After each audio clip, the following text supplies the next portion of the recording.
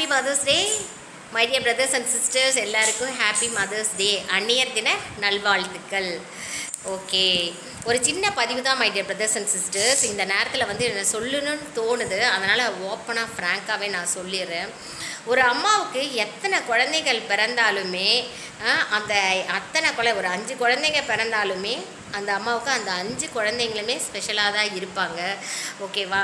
எந்த ஒரு பாகுபாடுமே காமிக்க மாட்டாங்க. அம்மான்றவங்க அப்படி தான் இருப்பாங்க. ஆனால் ஒரு சில குடும்பங்களில் பார்த்தீங்க அப்படின்னா வந்து ஒரு சில அம்மாக்கள் வந்து ஒரு சில குழந்தைங்களுக்கு மட்டுமே இம்பார்ட்டன்ஸ் கொடுப்பாங்க. ஒரு சில குழந்தைங்களுக்கு அந்த சின்ன வயசுல இருந்து அந்த பாசத்தை வந்து அவங்க வந்து கொடுக்கறத வந்து தவறிடுறாங்க.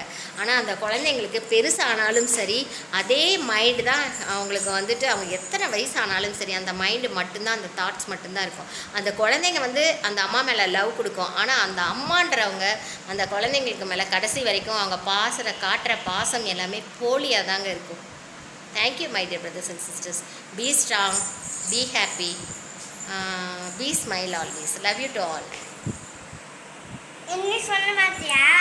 சனாக்குட்டி இருக்காங்க பாருங்க.